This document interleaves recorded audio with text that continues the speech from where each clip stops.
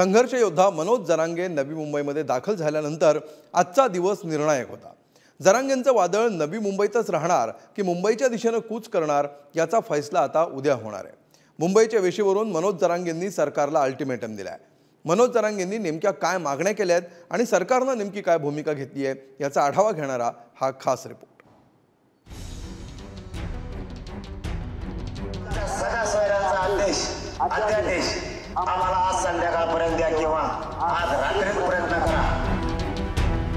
मग ते जर अध्यादेश आपल्याला 15 मिनिटात देत असते तरी आम्ही आज मैदानात जाणारच आहे। मुंबईच्या वेशीवरून जरांगे पाटलांनी राज्य सरकारला एका दिवसाचा अल्टिमेटम दिलाय।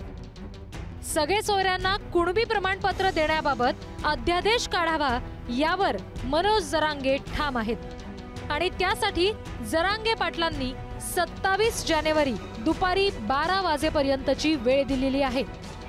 अध्यादेश न काढल्यास मराठा वादळ आझाद मैदानाकडे कूच करेल असं देखील जरांगेंनी ठणकावलंय।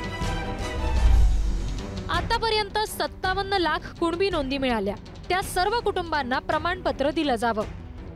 57 लाख नोंदींनुसार वंशावळी जुळल्यावर त्यांना प्रमाणपत्र मिळायला हवं।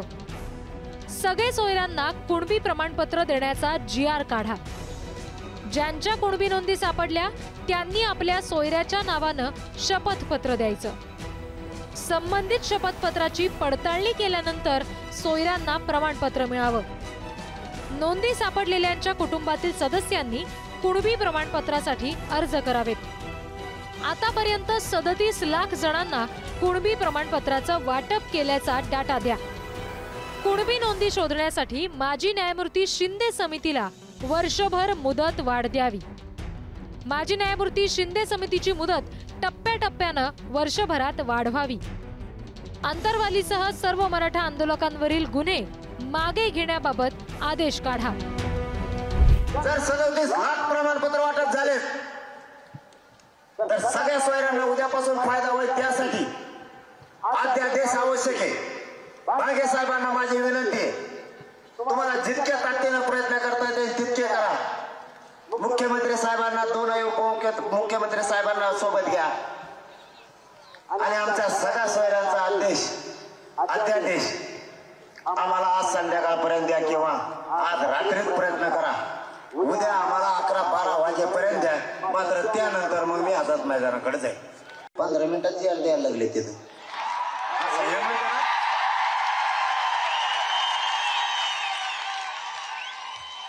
आता हे मध्ये मी नाही, मग ते जर अध्यादेश आपल्याला 15 मिनिटात देत असते तरी आम्ही आझाद मैदानाला जाणारच आहे।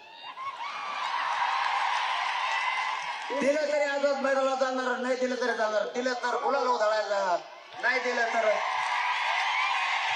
आम्हाला उपोषण करायला जाणार। सुट्टी आपल्यापाशी नाही। जरांगे पाटलांसह मराठा वादळ 25 जानेवारीला नवी मुंबईमध्ये धडकलं। मुंबईकडे कूच करण्याआधी सरकारचं शिष्टमंडळ जरांगे पाटील यांच्या भेटीला गेलं आणि त्यांच्यात चर्चा झाली। त्यानंतर जरांगे पाटलांनी वाशीच्या छत्रपती शिवाजी महाराज चौकामध्ये एकवटण्याचं आवाहन मराठा समाजाला केलं। भर उन्हात दुपारी 12:30 ते 3:30 पर्यंत सरकारनं दिलेल्या कागदपत्रांचा अभ्यास केला। त्यानंतर जरांगे पाटलांनी आपली भूमिका मराठा आंदोलकांसमोर मांडली। सगळे सोयऱ्यांबाबतच्या अध्यादेशासह इतरही मागण्या ठेवल्या। संपूर्ण मराठा समाजाला आरक्षण मिळेपर्यंत मराठा विद्यार्थ्यांना 100% मोफत शिक्षण द्यावं। मराठा विद्यार्थ्यांच्या मोफत शिक्षणाबाबतचा अध्यादेश काढावा। जिल्हा स्तरावर मराठा विद्यार्थ्यांसाठी वसतिगृह बांधा। जोपर्यंत आरक्षण मिळत नाही तोपर्यंत शासकीय भरती प्रक्रिया राबवायची नाही। शासकीय भरती प्रक्रिया राबवल्यास मराठ्यांच्या जागा राखीव ठेवा। ACBC अंतर्गत 2014च्या शासकीय नियुक्त्या त्वरित द्या। महाराष्ट्रातल्या सर्वसामान्य लोकांच्या, सर्व घटकांच्या जीवनामध्ये चांगले दिवस यावेत, सुखाचे, समाधानाचे, आनंदाचे, अशा मी मनापासून सगळ्यांना शुभेच्छा देतो। हे राज्य, महाराष्ट्र राज्य हे पुरोगामी राज्य आहे, सर्वांना सोबत घेऊन जाणारं राज्य आहे। या राज्यामध्ये शांतता सुव्यवस्था राखली जाते, एक सलोख्याचं वातावरण आपल्या राज्यामध्ये आहे, ही आपली परंपरा आहे. पहिल्यांदा तर माननीय उच्च न्यायालयाने आम्हाला काही निर्देश दिलेले आहेत. कोणालाही आंदोलन करण्याचे पूर्ण अधिकार आहेत, पण ते शांततेने झालं पाहिजे, ते नियमाने झालं पाहिजे, अशा प्रकारे माननीय उच्च न्यायालयाने सांगितलं आहे. त्याचं आम्ही तंतोतंत पालन करू. त्याचसोबत जे प्रश्न आहेत ते प्रश्न कसे सोडवता येतील याकरता माननीय मुख्यमंत्र्यांच्या नेतृत्वात आमचे प्रयत्न चालू आहेत. मराठा आरक्षणाच्या संदर्भात मी कालच जनरलला सांगितलं, माझा मराठा आरक्षणाला पाठिंबा आहे. दुसरी गोष्ट, मी माहिती सकाळी घेतली, त्याच्यामध्ये सीएम साहेबांनी भांगे म्हणून सेक्रेटरी आहेत आणि शिष्टमंडळ भांगे आणि काही लोक नव्या मुंबईमध्ये आहेत, ते त्यांच्याशी चर्चा करतायत. मुख्यमंत्र्यांचा चर्चेतनं मार्ग काढायचा प्रयत्न चालू आहे. जरांगे पाटलांसह लाखो मराठा बांधवांनी मुंबईच्या वेशीवर ठाण मांडलंय. त्यामुळे आता राज्य सरकारची कसोटी लागलीय.